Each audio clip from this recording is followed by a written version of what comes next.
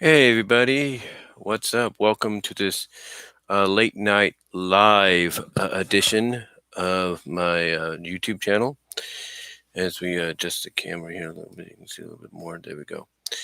But yeah, welcome to this late night edition. So if there's any hiccups or anything, I'm on Google Chrome, and Google Chrome between it and Edge, obviously seems to be the better option, if you will.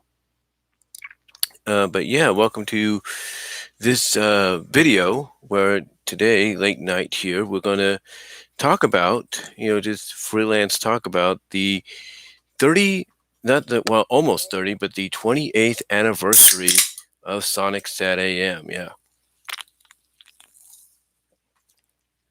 We're going to talk about the 28th anniversary of Sonic SatAM. And believe it or not, in case you guys don't know, today, which is now Saturday, it is about 12:16 a.m., 16 minutes after midnight. Now it's Saturday. On this day, on ABC in 1993, the show debuted.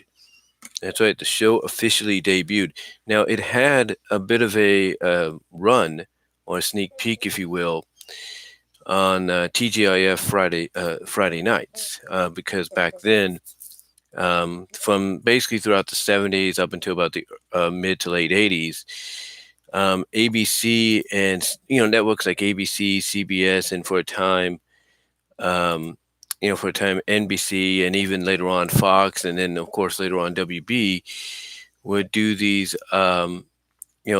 Friday night, sometimes midweek, like Wednesday.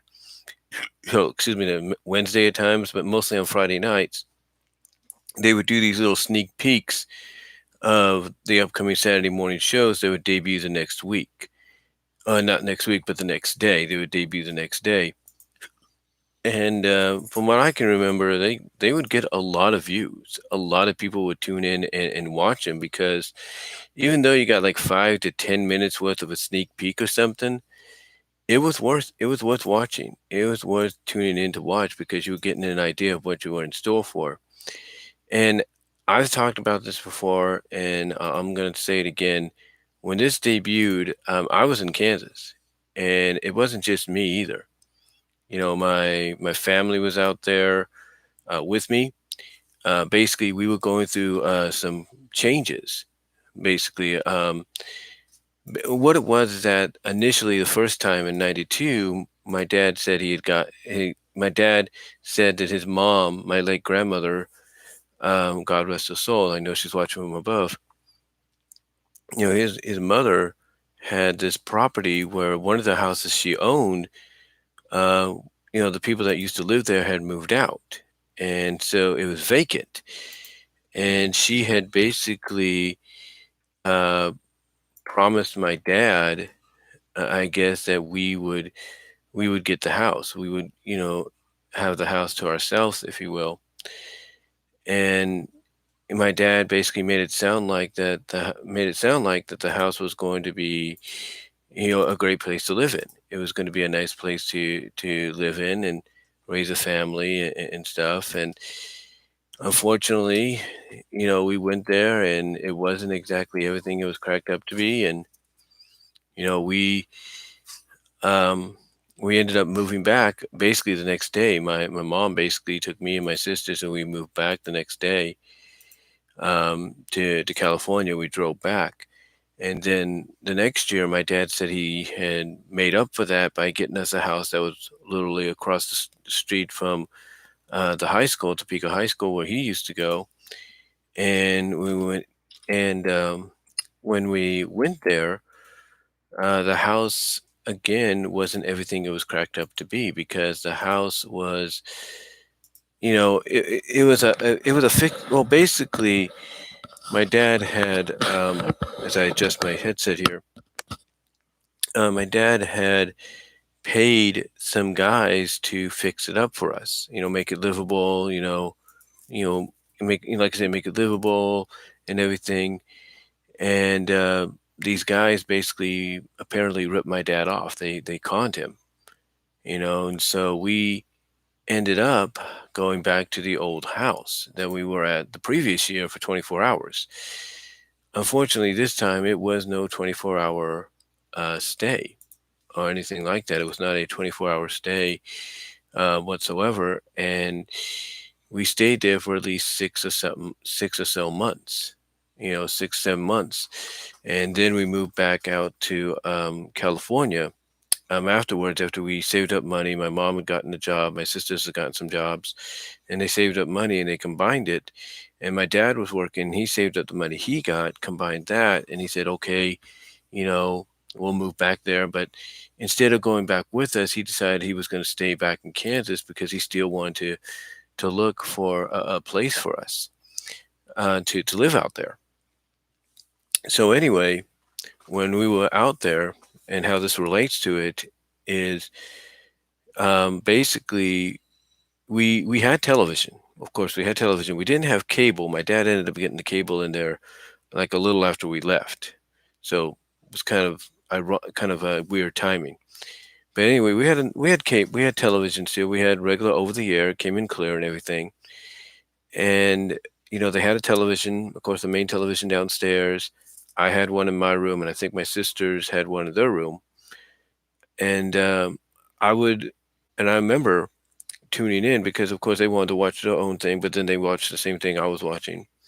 But anyway, I remember watching the Saturday morning preview, and they were talking about Sonic, and basically they showed the first, I would say, 5 minutes worth of the first episode, and the next day, and it got me excited to the point that the next day, even though I watched it in black and white because I had a black and white television instead of the color one, go figure, and this was 1993, but I did watch it in color eventually. Um, I think I did. I don't know if I did watch it in black. No, I watched the. No, I watched it in color in a replay. I watched it in color on a replay. But I remember watching. I don't. Wait, I don't know. Did I? I think I watched it in color. I think I did. I think I did watch it in color the next day.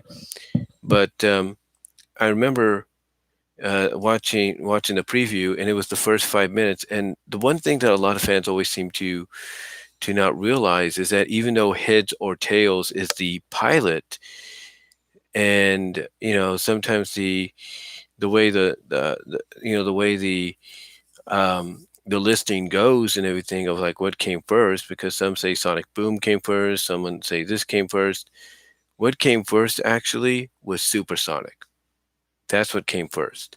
And I remember that because that's what they previewed on Saturday morning, and then that's what they showed the next day.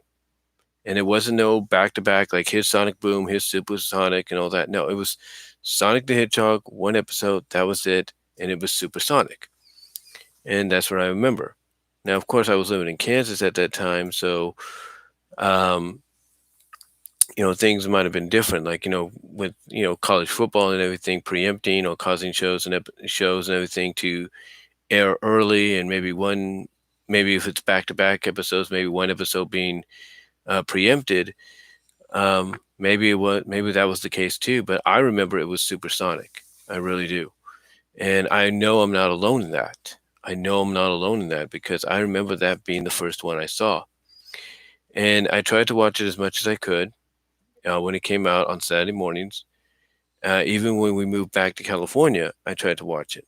I tried to get up early because as I've talked about before, the one thing that happened was we moved back, but we lived with my grandparents, my mom's parents, and we ended up sharing, me, my mom, and my sisters shared basically one room. We shared one room.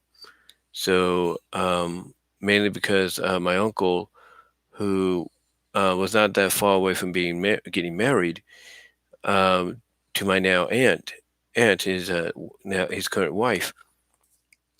My uncle was he had his room. He had a room to himself, and the dogs, my grandpa's Yorkies, had a room to themselves, and so basically um, we had the here's how it went. It was weird. because we had the room next to the bath. What it was is that my grandparents had the room next to the bathroom, and we had the room next to them. And then, like I said, my uncle had his room, which eventually became the dog's room, stuff like that.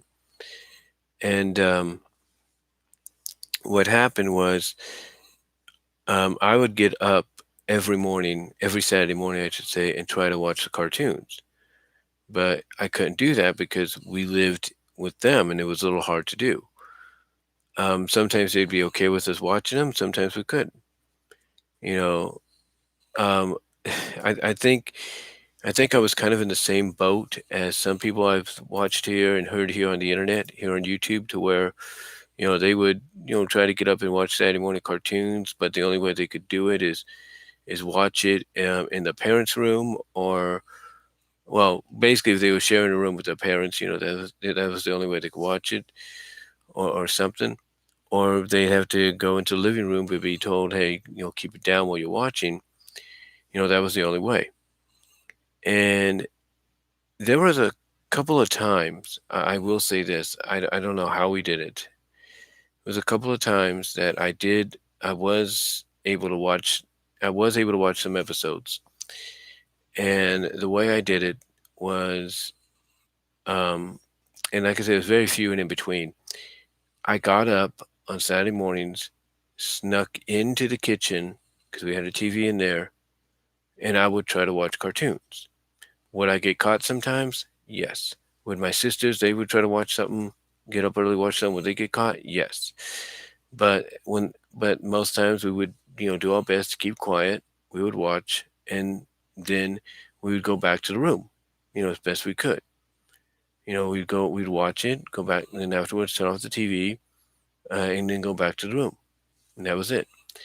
It wasn't easy. We'll say that it wasn't easy, but you know, as my mom said, God works in mysterious ways, and because of our living situations and the fact that I was doing, the fact that I had basically barely survived junior high at Bret Harte Junior High, at Hayward, my mom decided that along with my personal um, my personal situation, the disability I had, which I'm over with now, thank the Lord, and everything.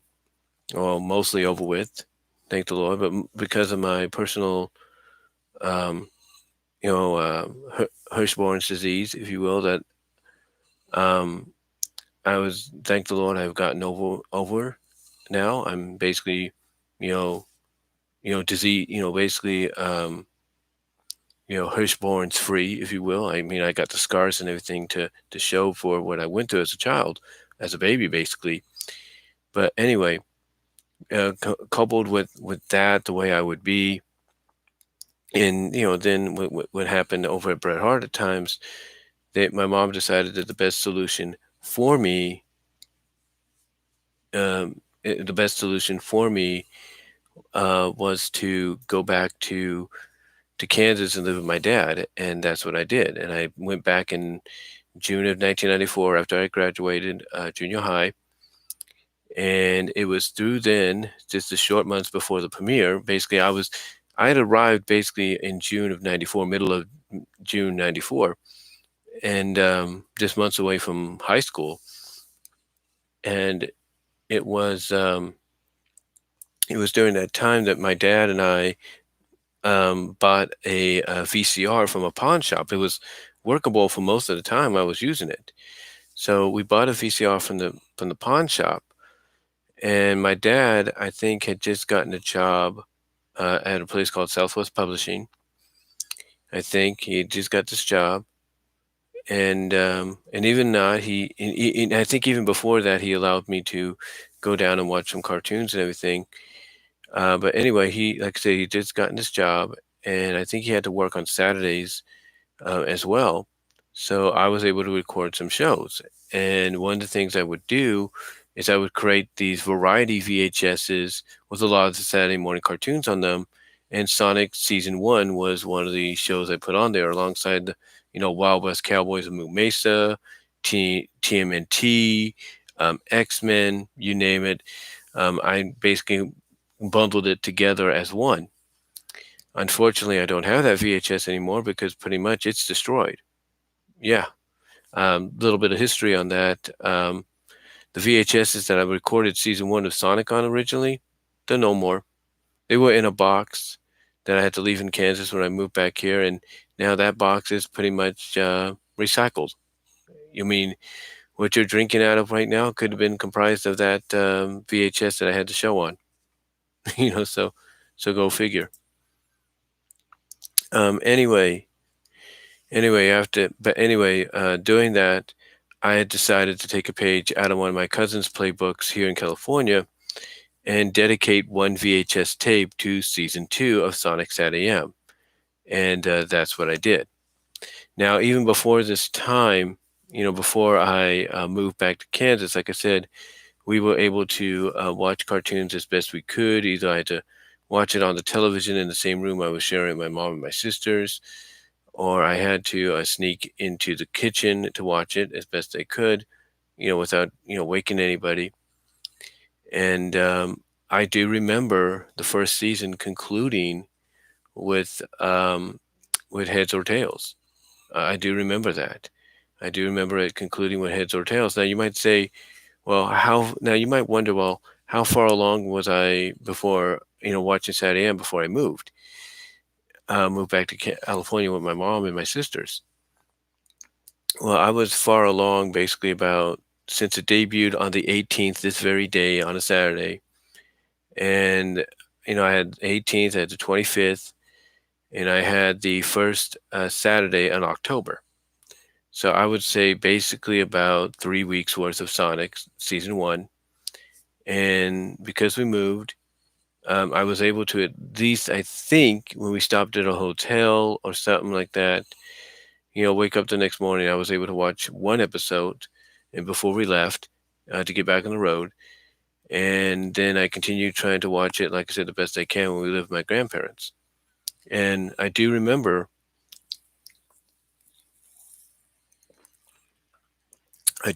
basically the final episode I watched for season one, like a lot of us, was Heads or Tails. So, yeah. That was kind of a surprise to me because I remember watching it for the first time and I'm thinking, what is this? Because my initial thought was, is this a special episode? Because the characters look, like the comic book, version. Comic at the time, I looked at the episode and I was like, is this a special episode? Because I'm like, they look like the comic book counterparts. And it wasn't until, of course, years later that I found out it was the pilot. That's what it was. I found out it was the pilot because I kept thinking, okay, because like a lot of us, I kept thinking, what is this? Why is this such a different episode? And it wouldn't be until, like, say, years later, mostly around my senior year in high school, that I found out. My second half of my junior year into throughout my senior year, that because we were getting the internet and everything hooked up, at the school, just like all the high schools at the time were. I'm assuming. Basically we were getting the internet hooked up, and there were times that the teachers, when we had nothing to do, mostly sometimes on a Friday, especially if you were part of the computer class, they would allow you to freelance. They would allow you to explore the internet as long as it was appropriate. And I remember looking up Sonic SatAM and finding out that Heads or Tails was the pilot. Now, at first I couldn't believe that, but years later, basically, when I started living on my own, and then I would use the computer lab at the Independent Think in Lawrence, Kansas, was my suspicions confirmed that, of what I saw originally, that yes, this was the pilot. Because as the years went on, with the help of the internet, I was able to find that one clip that I've shared with you guys from the 1992 CSS, where they had that different introduction for Sonic SatAM, and you saw the characters the way they were. Basically, basically those were the designs, as we also saw in Heads or Tails, that were originally going to be the designs, going forward. And that is until basically, I think, Sega and Dick Entertainment saw the pilot and said, okay, characters are great and everything, but let's update the look. Let's modernize the look, make them look more, appealing in a sense. And, that's what they did. And for a lot of us, that's probably the best decision they've made. But yeah, getting back to, the second season, and how I dedicated a VHS to that. Like I said, moved back to Kansas, flew back and moved back in with my dad. And we bought like I said, a VCR from a pawn shop. It was workable for a couple of months. And like I said, I used that to record, some, cartoons in variety format on tapes that I would watch at any time. And like I said, some of the variety tapes I had Sonic season 1 on there, along with TMNT, the CBS one with the Action Zone and everything, as well as X-Men and Wild West Cowboys and all that. And then basically season 2 came around, and I made the decision I was going to dedicate one VHS to it. And unfortunately, I missed the first episode of season 2. Now, I've gone back and watched it, several times over, like any of us, but I missed watching it the first time. But I made up for that the next weekend when I started recording on a regular Saturday morning basis all the episodes as best I could, from what was it? Sonic Conversion, No Brainer, Blasted Past 1 and 2, The Odd Couple, Fed Up with Antoine, Dulcie, and then The Void.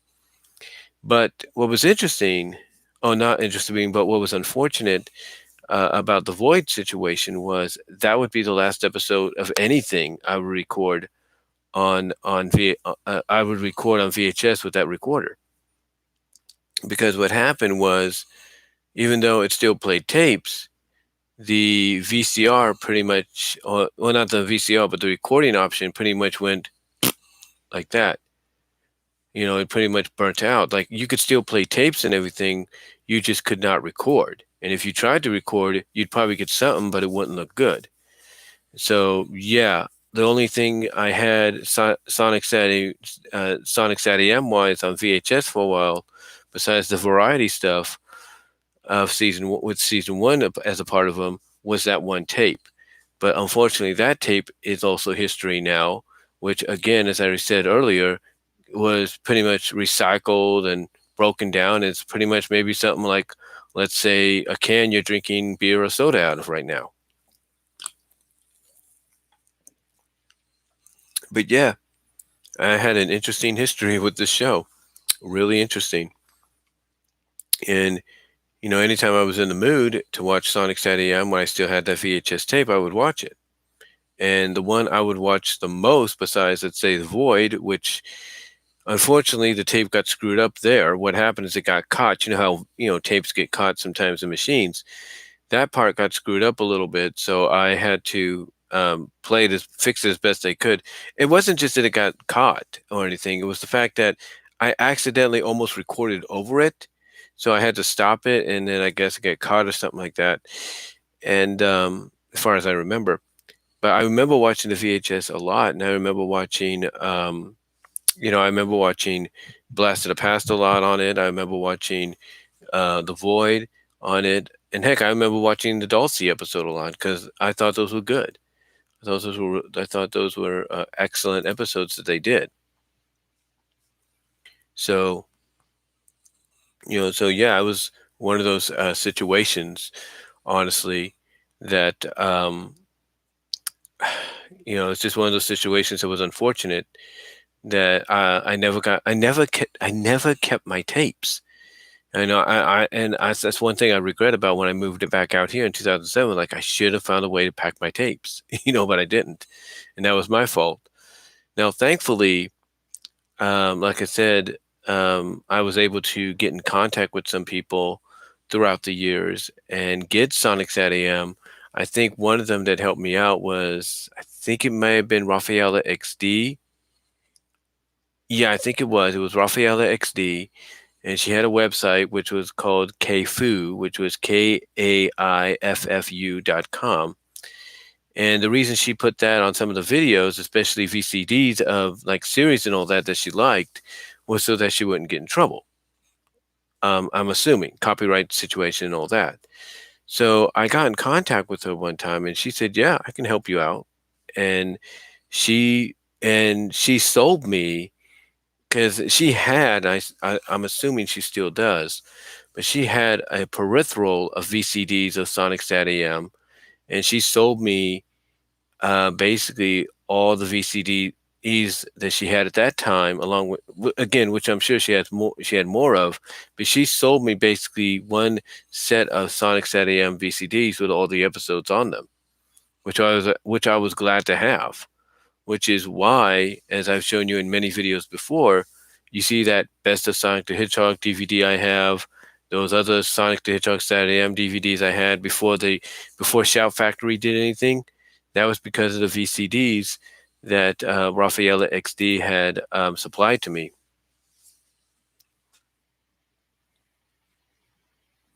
Um, so yeah, it was. So yeah, I ended up getting. So like I said, she helped me with the VCDs, which of course allowed me to make some DVDs out of them when I had a DVD recorder. And then, of course, like a lot of us, I was excited basically in 2004 when it was announced we were getting a Sonic SatAM DVD. Now, unfortunately, the DVD wasn't exactly what we thought it was going to be, but it was still something. As a matter of fact, hold on for a second.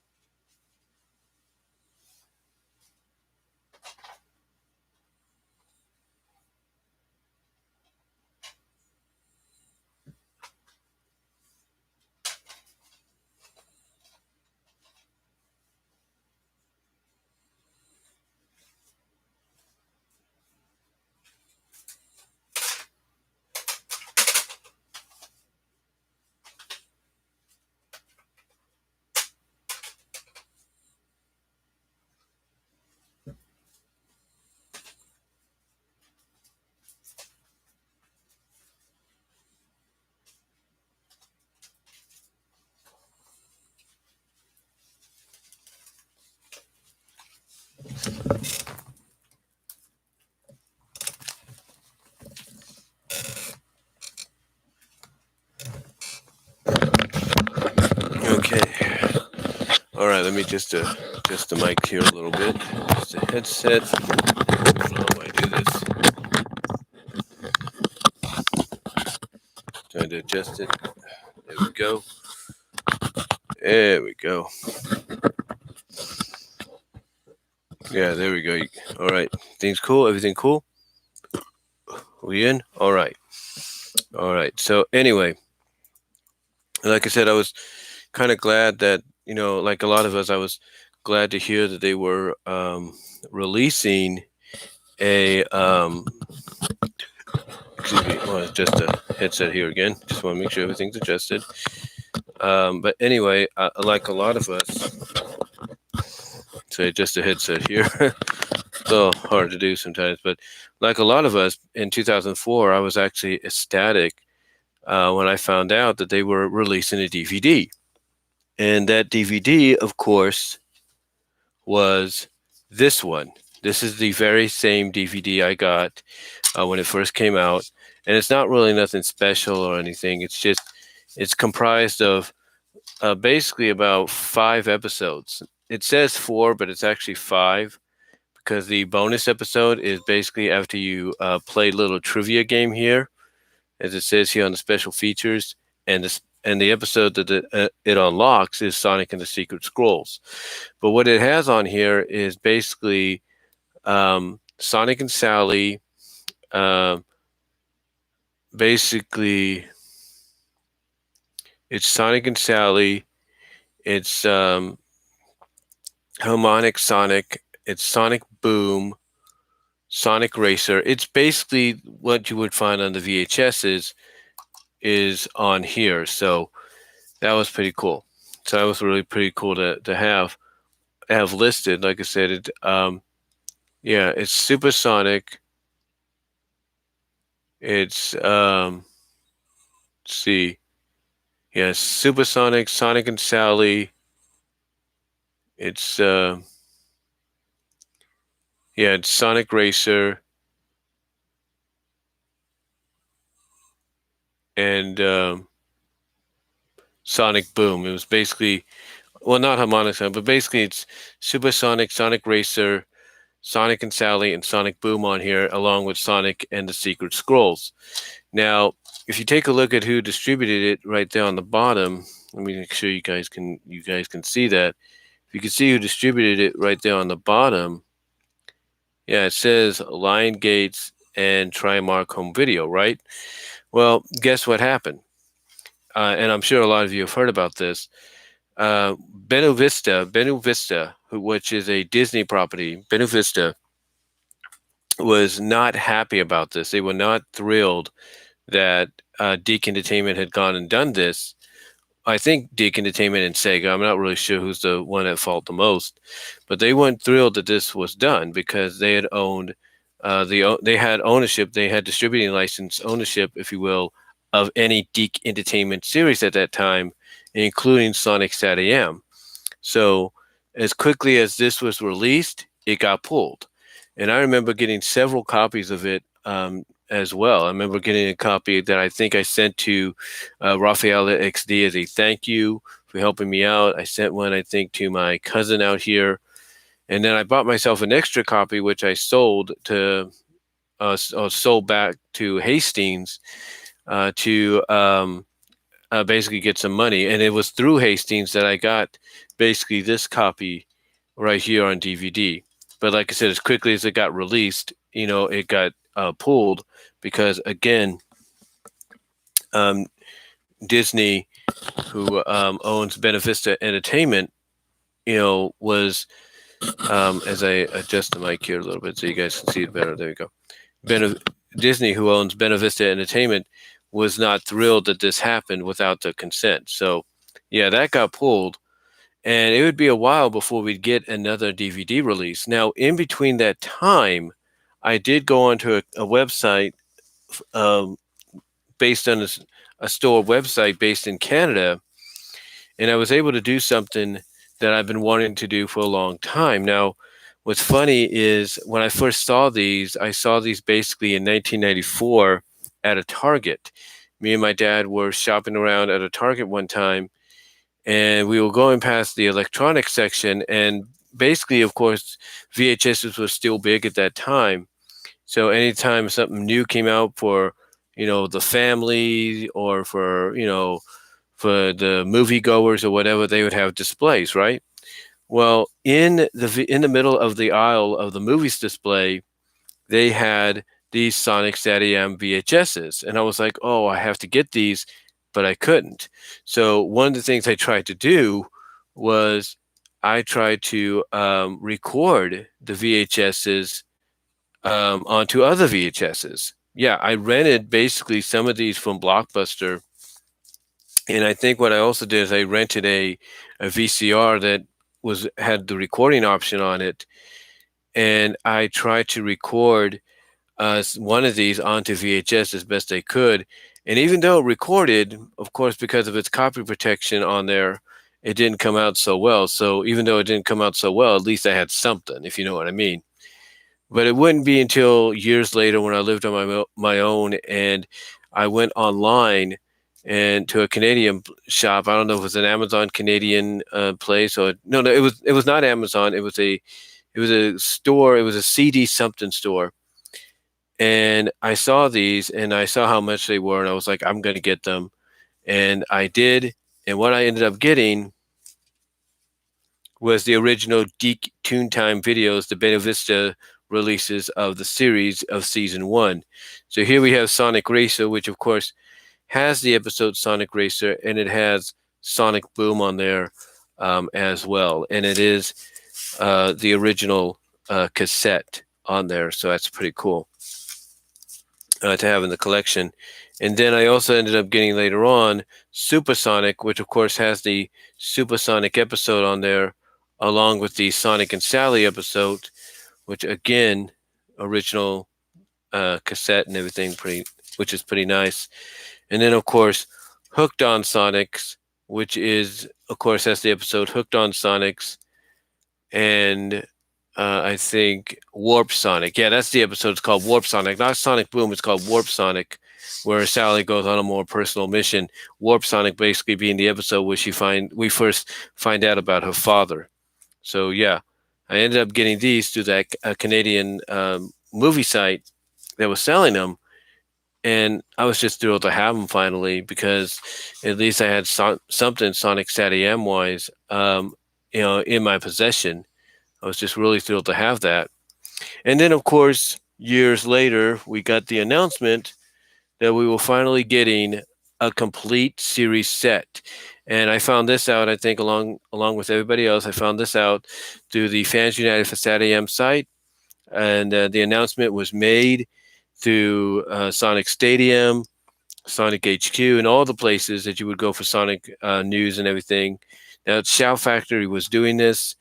Thanks to Brian Ward, who I think I did communicate with a little bit because, he wanted input from a lot of fans, not just artwork, but input. So I think I got in contact with him once or twice to kind of give my input a little bit, which I think he appreciated. But in the end, though, 14 years ago, at the end of March, 14 years ago in 2007, we finally got a complete official release of Sonic SatAM on DVD. And what was unique about this is it was a DVD made by the fans, for the fans, distributed officially by Shout Factory. And it's got a bunch of extras on there, like interviews with Jaleel White, interviews with Ben Hurst, storyboard to screen, the entire Doomsday Project episode, deleted and extended scenes from the episode Druid Hedge and stuff, different storyboard to screen alternate opening for Sonic SatAM, which was the one they showed at the 1992 CSS presentation. But yeah, just really cool to, and along with a lot of other things, but just really cool to have this in the collection. I'll finally have this released in the collection. And here we have the covers, of course, by Ken Penders, and then that's some fan art on the back. And then, of course, you have some fan art on the front and the back of the two cases. And then, let's go to disc 1 and 2 first. On disc 1 and 2, on the inside, you have artwork on the DVDs, and then you have artwork on the back as well, which is really nice. And again, it basically was touted. It was basically touted as a DVD, as basically a set for the fans, by the fans, because the fans were the ones that got behind it. And believe it or not, on the bottom here, I don't know if you can really read that right there. It's credited Fans United for SatAM. It's credited credited for basically making this happen, if you will. And then, of course, we have disc 3 and 4, which again has fan art on it, and then, of course, fan art on the disc. And then on the inside, you see some more fan art. And then the fan art you might recognize on the top, is Jay Foxfire, which I did send a copy to. I did send her one of these as well, because I think she helped me out sending me something as well down the line. She sent me something. I think it might have been, I don't know. I think it was Sonic related or something. I'm not really sure. But she sent me something. And then she also did me the commissions for Pretty Woman, with Sonic and Sally being in the roles of Richard Gere and Julia Roberts, the Pretty Woman cover. And then she did the one with Sally and the Boba Bath submerging underneath. So I decided to send her, Rafaela XD, my cousins and my nephews out here, several copies. I bought several copies of these for them.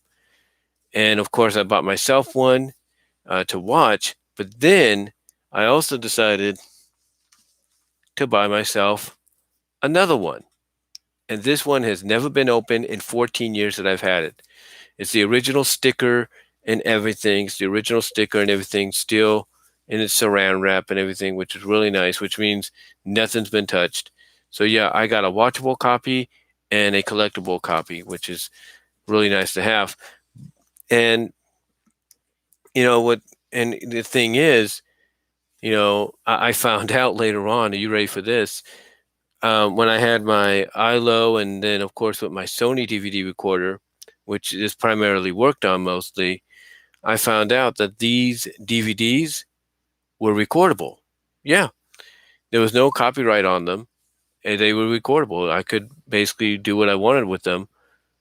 And I basically did the Doomsday Project movie thing that I created.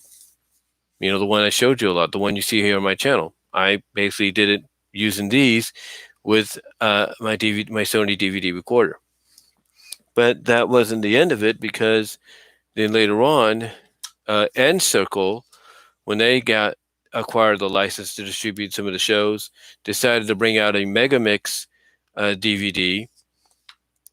And on here, they decided to include the episodes Ultrasonic and Supersonic to basically, kind of compile things together, kind of make things rounded out, because it's a mixture of Adventures Underground and Sonic SatAM, which is really nice. But yeah, it was really cool to get these and have them in the collection. And I was just proud of it. I was just happy to finally be able to watch these when I wanted to watch them. Nowadays, you can watch Sonic SatAM almost anywhere. You can watch it on Pluto TV. You can watch, I think, one season on Tubin. You can watch you can watch it on Pluto TV. You can watch it on Tubin. Season 1, that is. You can watch you can watch it on Paramount Plus, as well as you can watch it here on YouTube through the Wild Brain channels. So yeah, if you ever want to watch Sonic SatAM again, mostly on its anniversary day, this would be you got a variety of options. That's what I'm trying to say. Is you got a variety of options, and I'm happy about that. I'm really happy about that. And what's funny is that basically what's funny is that I don't think anybody expected, out of the 2 Sonic shows they distributed that year in 1993, I don't think anybody expected the one that would come on Saturday mornings would be the one that would take off and become what it is today. But it did. It became exactly what what a lot of people felt it would be. It became a huge, massive hit. And there have been several attempts, as everybody knows, several attempts to try to get it back off the ground. I mean, Ben Hurst, when he was around, tried his best to, find a way to continue with the 3rd season, at least give it, which would probably give it a proper conclusion. He tried shopping it around to networks, I think. He tried to get a movie going. Never happened. He even tried and trusted Ken Penders, which that didn't work. They came back to bite him. So he tried what he could to get it going. But now we have a group of people called Team Season, or Season Animated, that are doing what they can, because they originally started doing Season 3 through a web comic on Fans United for Sonic SatAM, or SonicSatAM.com. And, they started doing it there, and they're continuously doing it through the web comics as well. But they're now also going the animation route, and what they're doing is from what I can tell, my personal opinion is they're getting real close to finishing the first episode of Season 3. Basically, what they're doing is they're taking what they did in the webcomic, and they're basically adapting it into an animated form finally.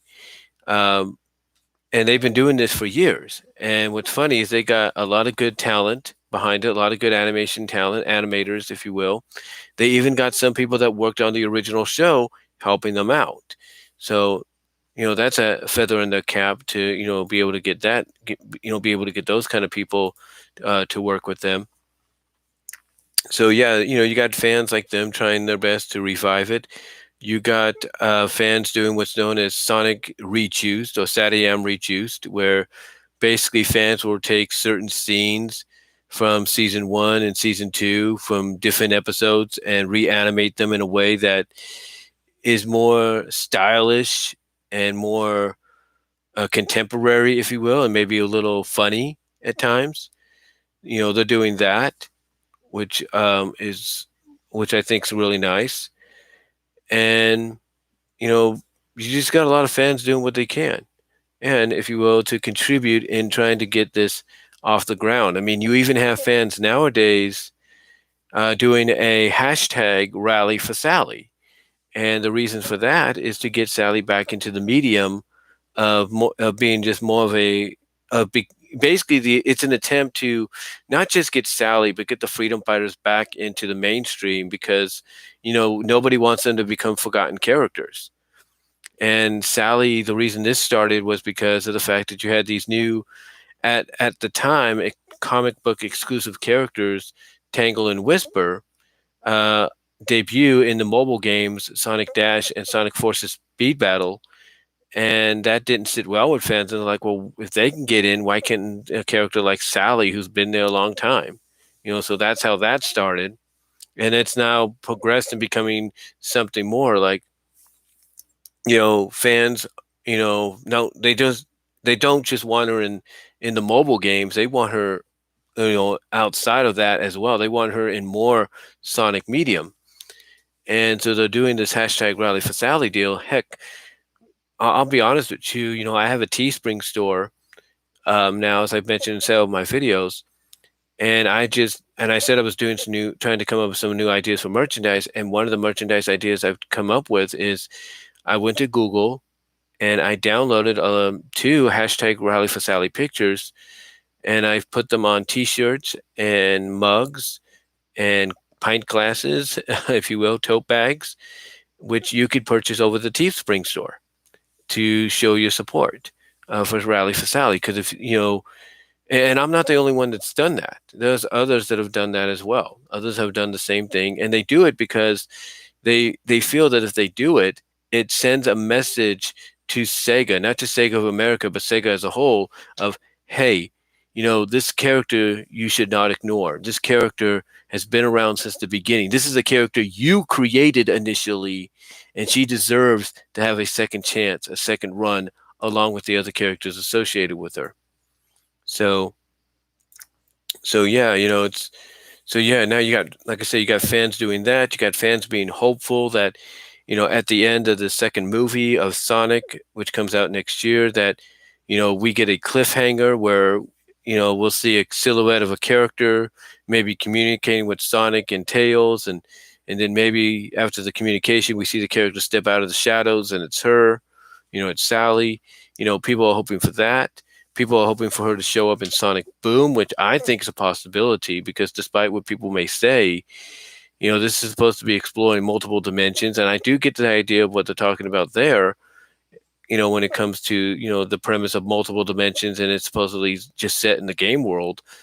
But again, you got this platform in front of you that, you could do anything you want with. And to me, I think it's just, it's too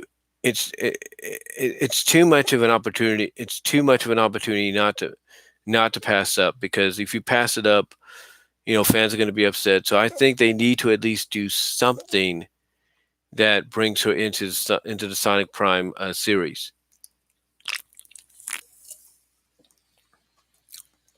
Did I say Sonic Boom? It's late. I do apologize. But like I said, it would be something that basically, that it's something that basically you don't want to pass up, because if you do, fans are not going to be, satisfied with it. So it's something that you want to bring in, and it's someone that you want to bring in somehow, some way, into the franchise and everything. And thank you all for joining me on this live chat. Really appreciate it. This late night. If you want to donate, super chats are open too, but that's up to you. But anyway, like I said though, um, it's just, it's gotten to a point. The Sonic SatAM phenomenon has gotten to a point that, like I said, now you got fans rallying for characters that were they were basically a benchmark. They were basically a status quo for the show, that they want to see them back. And a lot of people, even Ken Penders, credits the show itself for allowing them to take the Archie comic um, away from the silliness that it was originally about, basically being a hybrid of, here's the adventure setting and everything, the comedic tone of adventures, but we're going to have the SatAM characters in there. Um, Ken Penders in a way credits, Sonic SatAM for allowing them to, move the comic away from that and make it more mature, make it a little bit more darker and grittier, basically allow it to grow up along with its fan base, which was really which was really neat to see, because I remember, reading some of the comics for the first time. Excuse me, I remember reading the comics for some of the comics for the first time. Not just the earlier ones, which I did read. In fact, I have some of the original ones still, like issue 11 when it first came out. I still have that. But anyway, I remember. I remember basically starting to read the issues as they got into like the 20th issues and all that, and you still had the comedic elements here and there, but I started noticing it was getting a little bit more serious, a little bit more familiar. When I started feeling that familiarity, I remember reading one issue one day and I'm like, this is just like Sonic SatAM, but in comic book form. And because it was.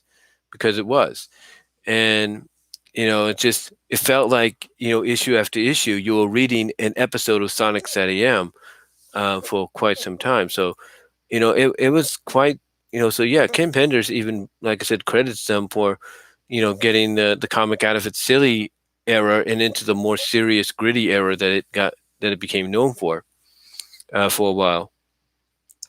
But yeah, I was, like I said, just, I was, just, enthralled with this show and all. I just loved watching this show because it was really cool. And the ending, I'll tell you this, season 2 really brought it. I'll give Ben Hurst, God rest his soul, I'll give him a lot of credit. Season 2 brought it, because not only did it give us an overarching story arc, if you will, but it gave us origins of how things came to be. And it gave us essentially what I felt was a great closure. What we thought originally was going to be a closure to just a season, but unfortunately became the closure for the series. But even so, gave us a great closure for that time. I mean, I look at the facts and I still stand by this, that, I believe ABC and Dick Entertainment missed the boat, by not airing the final 4 episodes in prime time, like Fox and CBS had done with some of their Saturday morning cartoons. Like Fox had done it with Batman, they had done it with X-Men and Power Rangers, and then of course CBS at times would do it with TMNT. To me, basically ABC and Dick Entertainment missed the boat by, not airing the final 4 episodes, including maybe The Void, in prime time to, uh, to set up, for the finale, to get people, to get more eyeballs on the product. If you kind of get what I'm saying, because I think if they would have done that, especially on a Friday, I don't think honestly ABC would have wanted, even under the new ownership, I don't think ABC would have wanted to remove Sonic, because they would see that the viewership numbers in prime time, along with the repeats the next day, were enough to justify maybe another season, but they didn't do that. I also look at the fact that they could have taken the final 4 episodes like what I did, put it in prime time as a movie on a Friday night, maybe during Thanksgiving holiday, and who knows what would have happened, what the outcome would have been. But I can be honest with you, I think it would have had a lot of viewers tuning in for that. There is no doubt in my opinion, they would have had a lot of viewers tuning in for that. But yeah, the ABC just, to me, they dropped the ball when it came to this. I mean, new owners or not, they could have kept this show going. And they had many opportunities, like I just said, to do that, but they never took advantage of it. I mean, I mean, the reason Power Rangers and X-Men succeeded in prime time, along with Batman, was because Fox, who aired all those shows at that time, realized that, hey, if we're going to get people's eyeballs on these products, on these new toys of ours, then we need to give them a sneak peek at a time, or during a time frame where we know we're going to get those eyeballs, we're going to get those viewers. And they realized, hey, prime time is the best way to go. And look what happened. And I think ABC, if they would have done the same thing, Dick Entertainment and ABC would have done the same thing, I think they would have experienced the same success, in my opinion. But overall, what are you going to do? It still, to me, is a phenomenal show. There's no getting around that.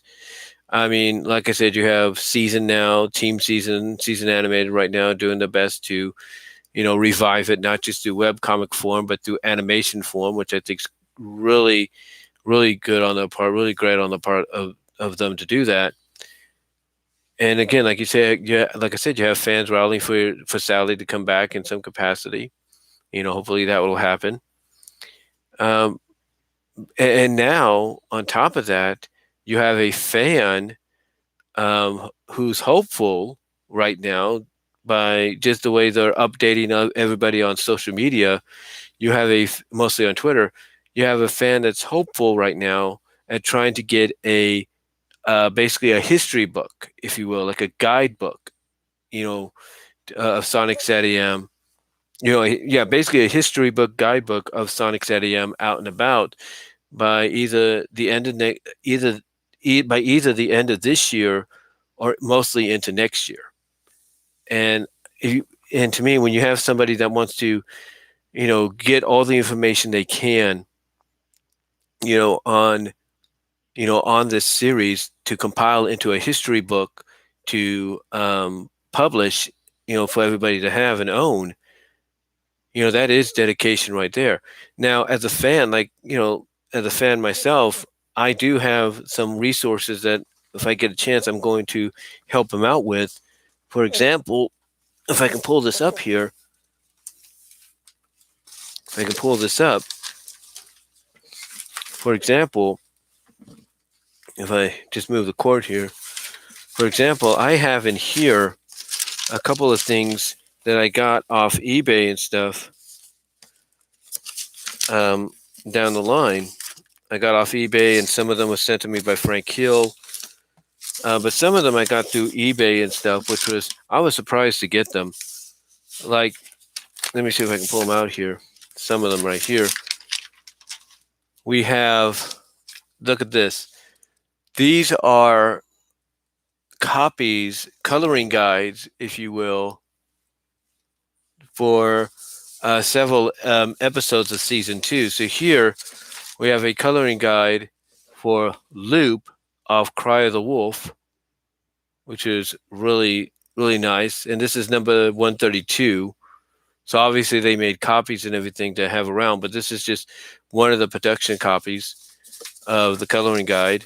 And then we have from Dulcie, we have Sally in Nightgown. This is number 335.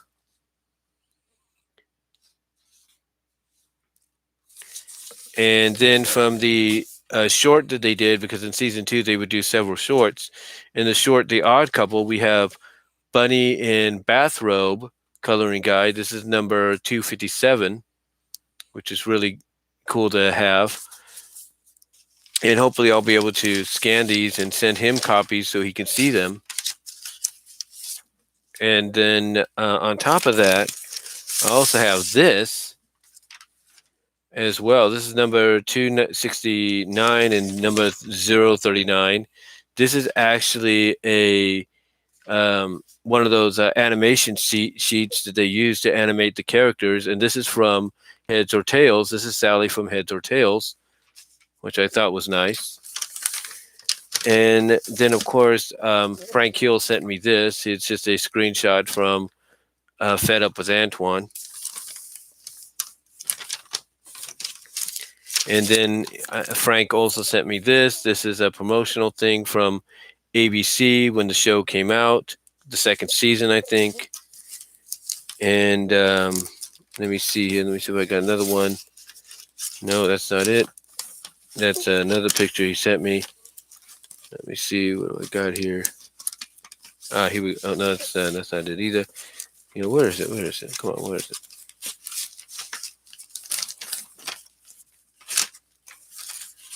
That might be it. I don't know. Hold on. Yeah, I think this might be it. Hold on. Oh, it's a cardboard that just came out of it. Let me pull this out. And then this is another one he sent me. This is for season 2 of Sonic SatAM right there. So these are things that I have that I like I said, the coloring sheets I got through through eBay and stuff, and then of course the as well as the Sally drawing as well, because you can notice the numbering on them, if you will. You notice the numbering on them as I try to get this in here as best I can without ruining them or anything. There we go. But yeah, I have those, and if I can make some copies of them through the scanner, I can send them to the guy that's basically trying to do the history book on the show. He's trying to do the history book, on the show, and hopefully, he'll be able to utilize them. But yeah, again, being a fan of Sonic SatAM for as long as I've been, it's been a thrill. It's really been a thrill, and I can't really say any more than that. I mean, the fact that I've gone out and gotten things like this, which have only 2 episodes of Sonic SatAM along with Underground, the fact that I have a viewable copy of the complete series set from Shout Factory, as well as an unopened copy as it was originally first released, as well as the Toontime VHS tapes as well, along with basically the first official DVD release that was released and then basically removed as quickly as it was released. It shows you how big of a fan, I was, or not was, but I was and still am, if you will. I mean, I even have a big poster, basically, of the Sonic SatAM DVD cover staring right at me right now. I have that. And you've seen that in my room tour videos. So yeah, I've been a huge fan for a long time, and it's hard to believe that it's hard to believe that in 2 years, guys, can you believe this? In 2 years, it's going to be 30 years since the show was released. I mean, we're celebrating Sonic's official 30th anniversary now. In 2 years, we'll be celebrating the official 30th anniversary of SatAM. That's saying something. That is saying something. But but anyway, though, guys, I just wanted to come on here and just share with you my history of Sonic SatAM, how I got to watch it, what I've enjoyed about it, how I've seen it basically evolve and be taken be taken into these new levels of of the fandom and everything, and how people like Ken Penders with You Like the Guy You Don't, credited for basically evolving the Archie book from the silly era to the more serious, gritty era, very SatAM inspired era, if you will. So yeah, I just wanted to come on here and share with you my thoughts and everything, my love for the show on the 28th anniversary of the show, on the very day, not just the date, because the date can fall on any day, but this is one of those rare occasions where the anniversary, the anniversary date falls on the very day it debuted, which is Saturday. So I'm just glad to, like I say, be a part of it and be happy, be happy to, be a fan overall. And I know I'm slurring my words. It's late. It's about almost 1:20. Yeah, it's about 1:20 in the morning Pacific time now. But again, I just wanted to come on here and give you my thoughts overall, as a fellow fan. And if anything, I do recommend doing this. If you got Paramount Plus, or if you got Pluto TV, or if you got YouTube, which anybody has, my suggestion is to watch Sonic SatAM around the time that it came out for you when you first saw it, or at least find the time during the upcoming daytime morning hours to watch Sonic SatAM. Maybe back to back, or whatever episode you feel you're in the mood to watch. I would suggest doing it. Me, I'm probably going to look into watching Blast of the Past, because again, that was one of the episodes that I watched the most of. Um, when I had it on VHS. So I do recommend, if you want to watch a Sonic SatAM episode or two to celebrate it on the very day, again, not just the date, because the date could fall on any day, but the very day that it debuted on a Saturday, which is also for this year, the falling on this, which basically also houses the anniversary date as to when the show came out. I would suggest doing it. And for me, I'm probably going to do it, and I'm probably going to watch Blast of the Past Part 1 and 2. But again, guys, I just wanted to come on here and just talk about my love for the show, and hopefully you guys enjoyed it. Thank you all for joining me in the live chat on this late night live stream on, going into Saturday now. And again, I really appreciate the support, and just want to close out by saying happy anniversary to Sonic SatAM. And a big thank you to those that contributed to the show to make it what it is, to make it the phenomenon it is today. And also want to say thank you to my fellow SatAM fans out there. If it wasn't for you, there wouldn't be no SatAM to talk about even to this day. So until next time, guys. Again, just wanted to thank you all for watching, staying up with me late here, and again, my suggestion is to celebrate on the anniversary date of its release, on the very day it debuted, which is a Saturday. My suggestion is to pop in. If you got the DVD, do that. DVD set, do that. Or if you have Paramount Plus, or you got access to YouTube, my suggestion is to watch whatever episode you're in the mood to celebrate the anniversary. Me, I'm probably going to watch Blast of the Past, Part 1 and 2. But that's all I'm going to say, guys. So till next time, God bless. Take care. Thank you all for watching. Thank you all for tuning in late, hanging out with me here on this late night Saturday. Really appreciate it. And that's all I'm going to say, guys. So it's getting late. It's almost about 1:25. So I'm going to shut it down now. And you all guys take care. And again, happy anniversary to Sonic SatAM. We're almost to 30, guys. 2023. It'll be here faster than you know. So again, thank you all for watching, sticking with me on this late live stream, talking about Sonic SatAM's anniversary. And I'm out. Take care. Peace.